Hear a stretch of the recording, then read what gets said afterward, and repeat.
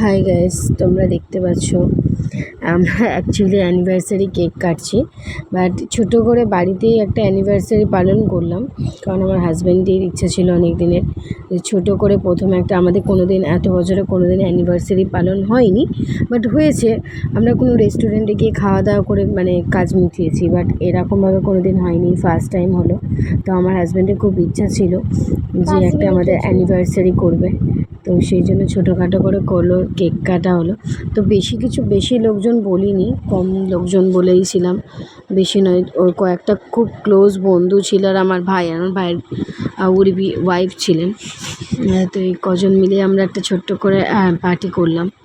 তো সব কিছু ভিডিও তোমাদের সামনে আনতে পারিনি, যেটুকানি ভিডিও সবাই মিলে করেছি সেইটুকানি আমি তুলেছি। আমি নিজে কোনো ভিডিও করিনি, ওরাই আমার ফোন থেকে যেটুকানি ভিডিও করেছে সেইটুকানি। আর খুব মজা করে কাটিয়েছি সেই দিনটা, দেখে বুঝতেই পারছো কোনো ছবিই ভালো করে উঠছিল না, এত হাসির মধ্যে দিয়ে খুব ভালো লাগছিলো। তার মধ্যে আমার ছেলেও ছিল আমাদের সাথে।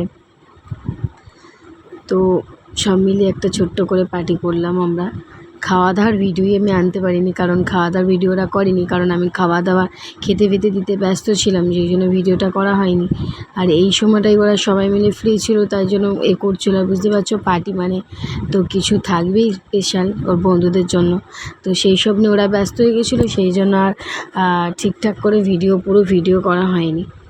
যতটুকু ভিডিও করেছি আমি ফোন লাস্টে দেখলাম যে এতটুকু ভিডিও, সেইটুখানি ভিডিওই ছবি তার দিলাম। প্রচণ্ড হাসাচ্ছিল, আর আমার ভাইয়ের বউ ছিল, যেহেতু আমরা প্রচণ্ড লজ্জা পাচ্ছিলাম, দুজনেই প্রচণ্ড লজ্জা পাচ্ছিলাম। আর ওরা অনেক কমেন্ট করে যেটা হাসাচ্ছিল, বাট একটু সমস্যা তো হচ্ছিল। এই যে আমার ছেলে আসছে, দেখো ছেলে একটাই ছবি তোলা হয়েছে, ছেলেকে নিয়ে, কারণ ও ছবি তুলতে চায় না, সেই জন্য। আর তোমাদের দেখালাম আনবক্সিং, আমি প্যাকিং খুলতে শুরু করে দিয়েছি। তো আমার স্বর্ণালী আমার ভাইয়ের ওয়াইফ বললো যে দিদি তুমি গিফটগুলো খুলে দেখো। তো যার জন্য আমি ওদের সামনেই গিফটগুলো খুলে সবাইকে দেখালাম কে কী দিয়েছে। এটা অ্যাকচুয়ালি আমার ভাই দিয়েছে, ভাইয়ের ওয়াইফ উর্বি। তো এরা দুজন মিলে এটা আমাকে দিয়েছে, গিফট করেছে।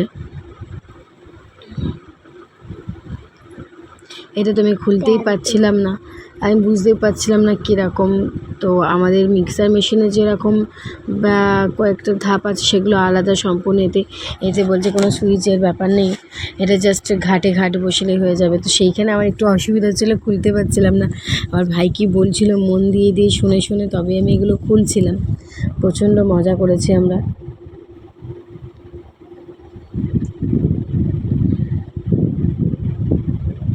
সবাই মিলে বলছে যে এরমভাবে খুলতে হয়।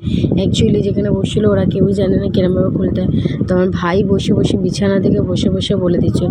আর আমার ঘরটা তো খুব ছোট, তো যার জন্য আমি পুরো ভালো করে ভিডিও করতে পারিনি, সবাইয়ের ভিডিওটা তুলতে পারিনি, খুবই ছোট আমার ঘরটা। তো তোমাদের দাদাভাইয়ের ইচ্ছে ছিল যেদিনকে আমরা একটা ভালো বড় ঘরদোর বাড়ি করব, তো সেদিনকে আমাদের অ্যানিভার্সারি পালন করার খুব ইচ্ছা ছিল। বাট সেটা জানি না কবে হয়ে উঠবে, তোমাদের আশীর্বাদে যদি কখনো হয়ে ওঠে। আর তোমরা অবশ্যই ভিডিওটাকে লাইক কমেন্ট সাবস্ক্রাইব করে দিও, এটা আমার তরফ থেকে তোমাদের কাছে রিকোয়েস্ট রইল।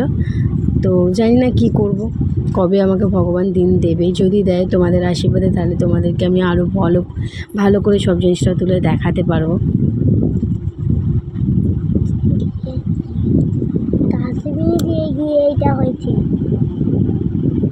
তো এখানে আমার দুটো বেস্টি ছিল, একটা হচ্ছে দীপান্বিতা বেস্টি, আর একটা ছিল টিনা। তো এরা দুজন মিলে, এইটা হচ্ছে দীপান্বিতা দিয়েছে, আর টিনা আর একটা দিয়েছে, আমি দেখাবো ভিডিওতে আসবো। তো এটা দীপান্বিতার গিফট।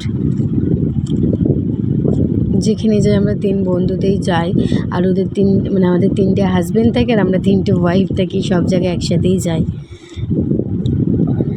এইটা হচ্ছে টিনা বলে যার কথা বললাম, যে টিনা বেস্টি। এই সবার থেকে ছোটোবেলা থেকেই আমরা একসাথে বড় হয়েছি, একসাথেই সব। আবার ভাগ্যে দেখো একসাথেই সব একই পাড়ার বউ হয়ে গেছি দুজনে। অ্যাকচুয়ালি আমরা দুজনে বন্ধু বান্ধব ছিলাম, ছোটো থেকে খেলতাম একসাথে, সব কিছু নাচন কাঁদন করতাম।